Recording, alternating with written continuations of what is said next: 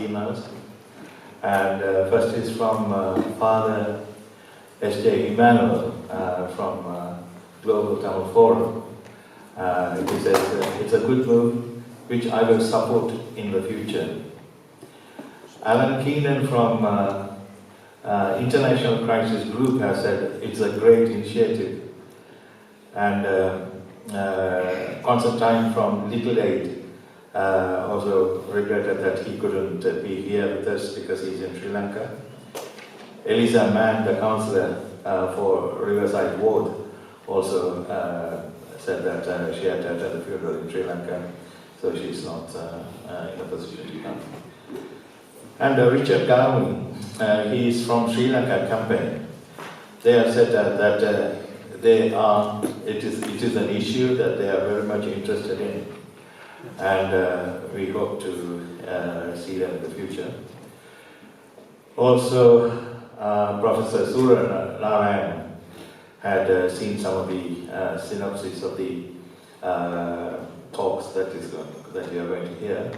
He says it contains some shocking information. Also, we have received a message of solidarity from Dr. Elias Jayaraja from USD PAC from United States. And he says that we believe in the current political climate is well suited to make a true difference in the lives of Malayam Makkal. Before I go further, I would like to invite the TNA man here, Mr. Srivas, to say a message of solidarity.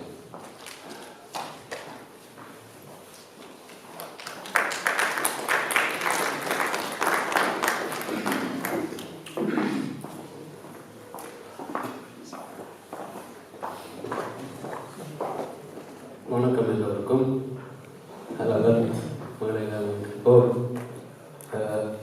வருவது போல் எல்லோருக்கும் வணக்கம்.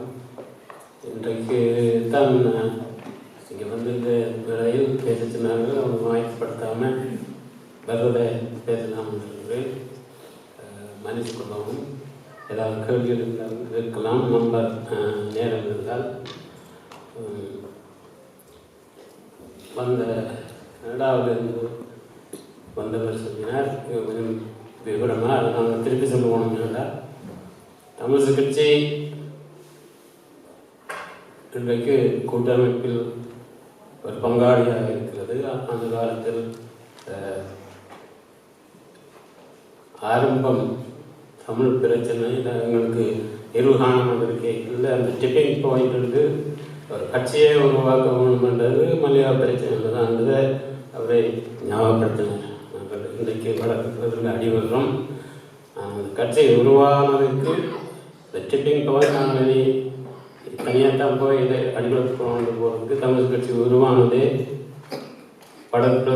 மலையாள மக்களுடைய வாக்குரிமை குறைக்கப்பட்டது தான். எங்களுக்கு அந்தளவுக்கு பந்தம் இருக்குது. அதே மாதிரி அனுபவத்தில் இருந்த அந்த காலத்தில் மசூர் மௌலானா, ராஜதுரை, அமதுலிங்கம் என்ற எல்லாரும் வடமானத்துக்கு வந்து பிரசார இயக்கில் நாங்கள் எல்லாம் ஒரே ஆட்கள் இந்த இதில் தான் நாங்கள் எங்கள் வடக்கு மாநிலத்திலையும் கிழக்கு மாநிலம். அப்போது நான் சிறுவனாயிருக்கையில் இவர்கள் வந்தால் அவங்களோட போயிருந்து கதைச்சது நேரத்தில் எங்களோட வீட்டுக்கு இல்லாமல் இருந்தார்கள். இப்போது எங்களுக்கு இந்த முஸ்லீம் தமிழர் மற்ற தமிழர் இந்த பிரச்சனையே இருக்காத காலம் ஒன்று இருந்தது. மசுமானா தமிழ் கட்சியில் இருக்கையில் வடமானத்துக்கு வந்தால் அங்கிட்ட வீட்லேயும் வந்து தங்கிட்டு போவார், ராஜூர் வந்தால் இருந்து தங்கிட்டு போவார்.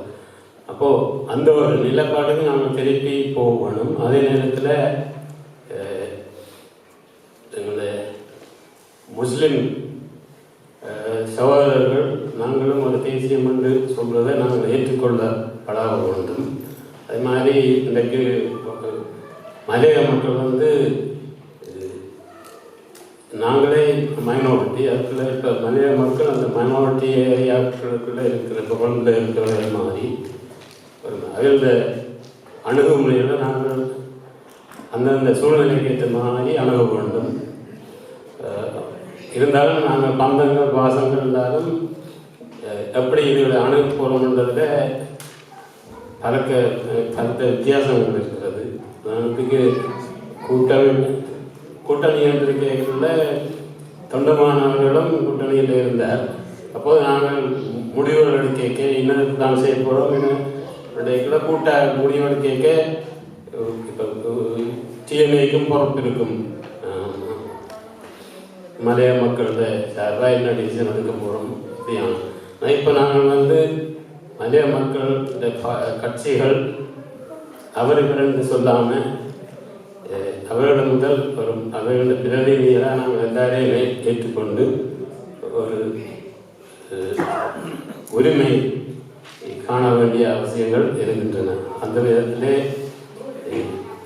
அரசியல் ரீதியாக மலைய மக்கள் தங்கள் அரசியலை தாங்களே தீர்மானித்துக் கொண்டிருக்கும் போது கூட்டமைப்பு அவருடன் இணங்கி வேலை செய்து கொண்டிருக்கின்றோம். உதாரணத்துக்காக வரைக்குள்ள இந்த 2015 தேர்தல் வரைக்குள்ள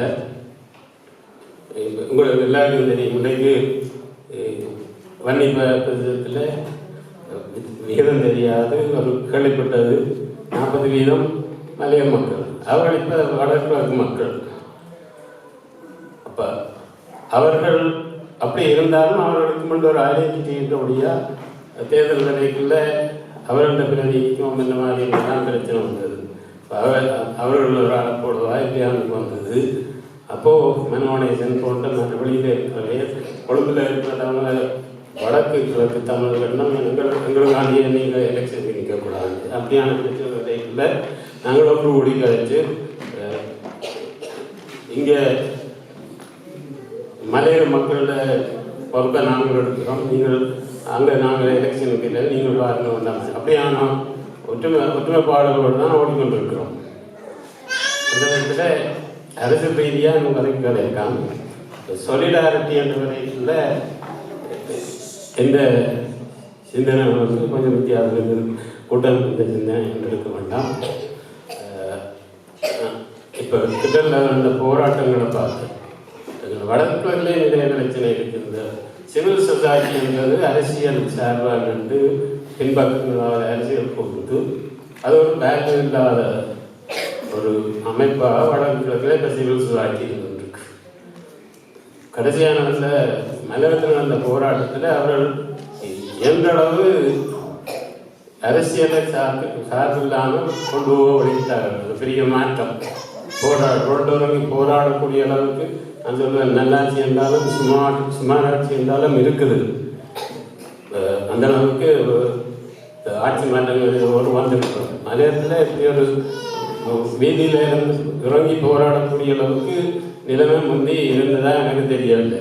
அந்த அளவுக்கு சந்தர்ப்பங்கள் இருக்குது. அதை சரியான முறையில் கட்டி எழுப்பி கொடுத்து செல்வதற்கு எல்லா கட்சிகளும் ஆதரவு ஒரு சிவில் சொசைட்டி அங்கே உருவாகணும். அரசியல் சார் அதுக்கு அர்ப்பணிப்படும் வேலை செய்யக்கூடிய மலைய மக்கள் அந்த கட்சி இல்லை, இந்த கட்சி இல்லை, இந்த கட்சி இல்லை, சிவில் சொசைட்டி அப்போ போராடிட்டு இருந்தால் நாளைக்கு சொந்தமாக அவர்கிட்ட கையில் கொடுத்து அவர் சொந்தமானதுக்காண்டி போராடலாம், தியாகத்துக்காண்டி போராடலாம். சிவில் சொசைட்டி முக்கிய பங்கெடுக்க வேண்டும். இது ஊதியங்கள் கஷ்ட நிலையில் இருந்து பார்க்கக்குள்ள இது நான் சொல்வது சிலவர் தவறாக இருக்கலாம். நாங்கள் மலைய மக்கள் அங்கே தோட்டத் தொழிலை எப்போ விடுவோம், எங்கள் பிள்ளைகள் எப்போ நாங்கள் இலங்கை மக்கள் அடுத்த ஸ்டேஜுக்கு எப்போ கொண்டு போவோம், என்ன கொண்டு போவோம், அந்த சிந்தனை நாங்கள் இருக்க வேணும். அப்போ அதுக்கு தான் எனக்கு ஒரு காரணம். இது ஒரு கண்ட்ரோவர்சியல் போய் வடமாநிலத்தில் நாங்கள் இருந்தால் டியூஷன் ஃபேஷன் உண்டு. அங்கே அதிகமாக எல்லாரும் ஏதாவது ஒரு தொழில் குறைந்த தொழில்களில் இருந்தவர்கள் தான் வடக்கில் மக்கள் பெரிய பிஸ்னஸ்காரர் முதலாளிகள் இருந்தவை குறைவு. டியூஷன் ஃபேஷன் உண்டு. அந்த கலாச்சாரத்தில் உருவாகி எல்லாரும் நாம் படித்து தரணும். அதோட ஒரு சாதியில் கலாச்சாரமாக ஏற்படுத்தியாச்சு. அதுதான் அவர்களை இன்றைக்கி லண்டனில் போய் கேட்டீங்கன்னா கொரியனோட ஸ்ரீலங்கன் தான் கல்வியில் போட்டி பர்சன்டேஜ். ஸ்ரீலங்கன் தமிழரும் கொரியன் தான் இப்போ போட்டி போடணும். அது என்னென்னா அந்த கலாச்சாரத்தை உருவாக்கி படிப்பு அதில் இருந்தால் நாங்கள் வரணுன்றதை மனதில் பதிய வைக்கணும். அப்போ மலைய மக்களுக்கு நாங்கள் இனி தோட்டத்தை விடுவோம். இன்னொரு வார சொல்கிறோம், அந்த ரீதியாக கலாச்சாரமாக வளர்த்து எடுக்க தோணும். சின்ன வரைக்கும் இப்போ கஷ்டப்படுறோம். நாங்களோட டார்கெட் இதுதான் வந்து பேரண்ட்ஸ் இதுகளுடைய பிள்ளைகளுக்கும் அதை உணர வைக்கும். இன்னும் 2 minutes. அடுத்தது என்ன, நீங்கள் எதிர்த்து தான் சொன்னாலும் அடுத்து இப்போ 3-4 நாளைக்கு முன்னே ஒரு இமெயில் வந்து விட்டுருந்தேன். நான் கப்பி பில்கேட் அறிவிச்சிருந்தார், இனி ரோபோட்ஸுக்கு டேக்ஸ் எடுக்கணும் இஸ் ப்ரொப்போசிங். ஏன்னா அந்தளவுக்கு டெக்னாலஜி மாறிக்கொண்டிருக்குது. அதிகமான தொழிலெல்லாம் ரோபோட்ஸுக்கு போய்கொண்டிருக்கு. செய்யக்கூடிய எல்லாம் even doctors robots will be doing better jobs at most it's coming. So அந்த ரீதியில் இது உலக ரீதியாக மினிஸ்டர் சொன்னால் அந்த 99 வருஷம் சீனா அவர்கள் இருந்த அவங்க கூடி போச்சுன்னா 50 வருஷத்தில் வேலையே இல்லாமல் இருக்க போகிறோம். சமுதாயத்தை அந்த அளவுக்கு மாற்ற வேணும் அந்த அப்படி சொல்லி அவரே சொல்கிறார். அப்போ 99 கணக்கில்லை. நாங்கள் ஒரு அந்த ரீதியெலாம் சிந்திக்கணும். அப்போ மலையாள மக்களும் தோட்டம் இருக்கும், நாங்கள் செவ்வாய் பண்ணணும்னு சொல்லலாது. இந்த அமெரிக்காவிலே ஒன்றில் இப்போ சீனாவில் இருந்து மலிவா சாமான் வருது. இப்போ அங்கால பிரச்சனை, இப்போ ரோபோட்ஸ் எடுக்குது. இங்கால எடுத்துக்கிட்டு அவங்களால ரோபோட்ஸ்கிட்ட கொடுக்குறதில்ல வந்து கொண்டிருக்கு. 50 வருஷத்துக்குள்ள பாரிய மாற்றம். அப்போ என்னோட சமுதாயங்கள் சொசைட்டியில் எப்படி அமையணும்னா அதில் பற்றி சிந்திச்சு கல்வி தான் முக்கியம் என்று முடித்து கொண்டு நன்றி.